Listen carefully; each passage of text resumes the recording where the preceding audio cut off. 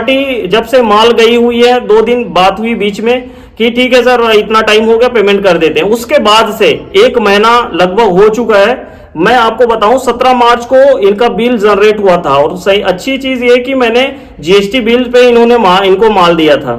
यहाँ पे देखो पूरा बिल मेंशन है जो पूरे परफ्यूम्स के हैं और जो बैलेंस अमाउंट है वो भी लगभग पूरा शो आउट हुआ है।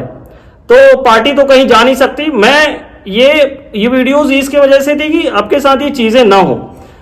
उसके बाद भाई साहब क्या बताएं, ये तो आसमान में चले गए। कॉल का कोई मतलब कोई रिस्पॉन्स नहीं, वॉइस मैसेज छोड़े। ये क्या था, अप्रैल एंडिंग मंथ था 31 मार्च तक, वहां तक भी मैंने ये थोड़ा सा फोर्स किया कि एंडिंग मंथ है फाइनेंशियल ईयर का, आप थोड़ा सा पेमेंट प्रोसेस देखो। कोई रिप्लाई नहीं, वॉइस मैसेज दिया, सारा कुछ किया, कोई मतलब रिप्लाईज नहीं है। व्हाट्सएप प्रॉपर चला रहा है बंदा, कॉलिंग भी बराबर जा रही है, कोई रिप्लाई नहीं, कोई कुछ नहीं। तो इस कंडीशंस में क्या कर पाएगा आदमी, आप खुद ही सोचो। अगर कोई आदमी आपको सपोर्ट कर रहा है, ये वीडियोस आपके लिए अगर आप देख रहे हो ना तो आप ध्यान से सुन लीजिए, क्योंकि पैसे पेड़ में उगते नहीं है। सही सीधी बात है, बिजनेस देखो धंधा धंधा होता है। हम एक टाइम तक सपोर्ट कर सकते थे, जितना करना था किए, बट उसके बाद अगर आपका कोई किसी भी तरीके से रिस्पॉन्स नहीं आएगा, ना तो पेमेंट शेड्यूल आपका पूरा जीरो है और उसके बाद ना कॉल्स का कोई अटेंडिंग है, ना कोई किसी भी तरीके का कोई रिप्लाईज आप नहीं कर रहे, तो क्या कर सकता है आदमी। एंड में क्या करेंगे, नोटिस तो भेज सकते हैं, क्योंकि मेरा तो सारा प्रोसेस सिस्टम यही होता है। देखो क्रेडिट में हम दे रहे हैं तो ऐसा नहीं कि हमारे पास पेड़ के पैसे हैं, मतलब पेड़ हमारे पास पेड़ लगी हुई पैसे की, ऐसी कोई बात नहीं है।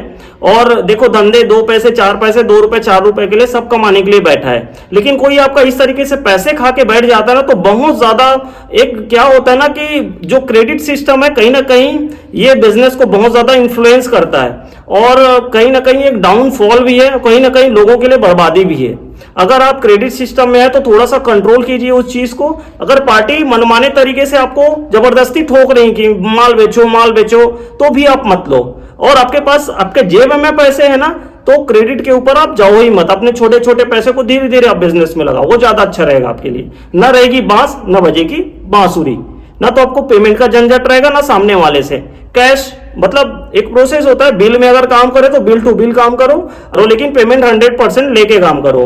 ये तो मेरी सबसे पहली प्राथमिकता होगी, क्योंकि इस चीज को झेलते झेलते ना आदमी इरिटेशन में चले जाता है। कहीं ना कहीं हम ये सोचते हैं कि अरे यार वो पेमेंट कब देगा, अरे यार ये पेमेंट, अरे यार हमको इसका पेमेंट। देखो